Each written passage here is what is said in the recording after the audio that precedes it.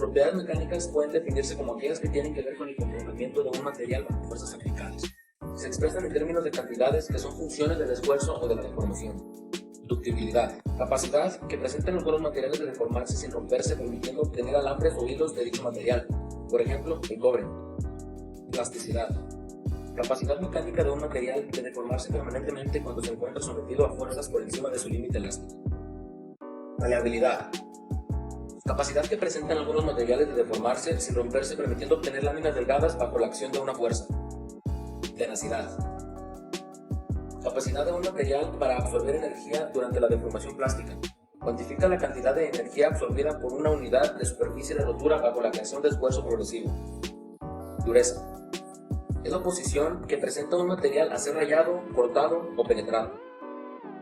Acritud, propiedad de un metal de aumentar su dureza, su resistencia a tracción y su fragilidad debido a la deformación en frío. Maquinabilidad, propiedad de un metal de dejarse mecanizar con arranque de viruta. Son muy mecanizables la función gris y el bronce, con virutas cortadas en forma de escamas.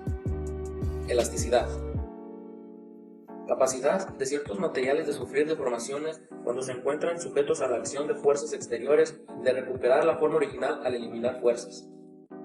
Fragilidad, capacidad de un material de romperse con escasa deformación. La rotura frágil absorbe poca energía a diferencia de la rotura dúctil, que absorbe mucha energía.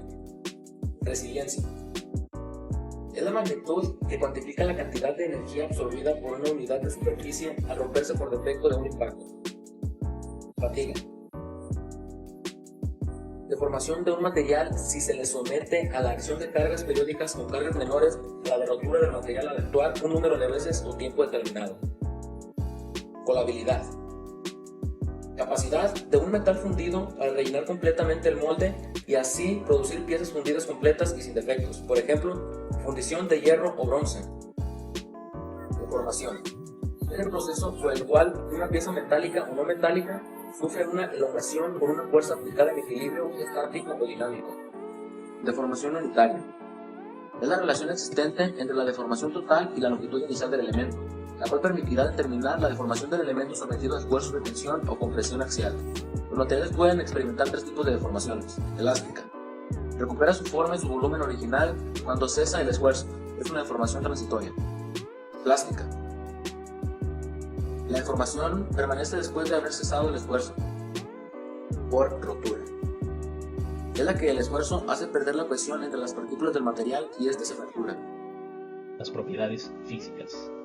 Bienvenidos, en esta sesión analizaremos las propiedades físicas. Propiedades eléctricas son aquellas que derivan de la interacción campo eléctrico-material. En este caso vamos a ver, la resistividad eléctrica describe la oposición que ofrece un cuerpo al paso de la corriente eléctrica y la conductividad eléctrica es la inversa. Factores que afectan la conductividad. La temperatura. La temperatura incrementa la resistividad de los materiales metálicos.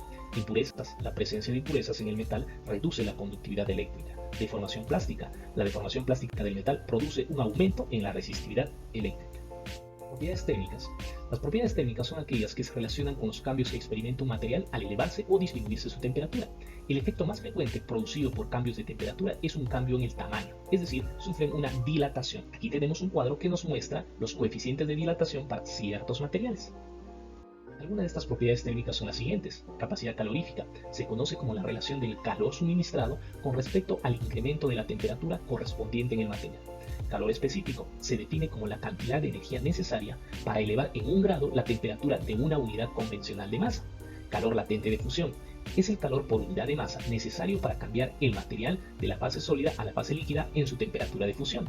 Calor latente de vaporización es el calor por unidad de masa necesario para cambiar el material de la fase líquida a la fase gaseosa en su temperatura de ebullición. Propiedades ópticas. Los diversos tipos de materiales pueden llegar a presentar propiedades ópticas, que dependen directamente de su comportamiento frente al paso de la luz. Entre ellas tenemos difracción de la radiación, transmisión de la radiación, refracción de la radiación, reflexión de la radiación, dispersión de la radiación y emisión de la radiación. Propiedades magnéticas. Son producto de los momentos magnéticos asociados con los elementos individuales. Cuando el electrón gira alrededor del núcleo, se convierte en una carga eléctrica en movimiento, por lo que se genera un momento magnético. Cada electrón gira alrededor de sí mismo, creando un momento magnético.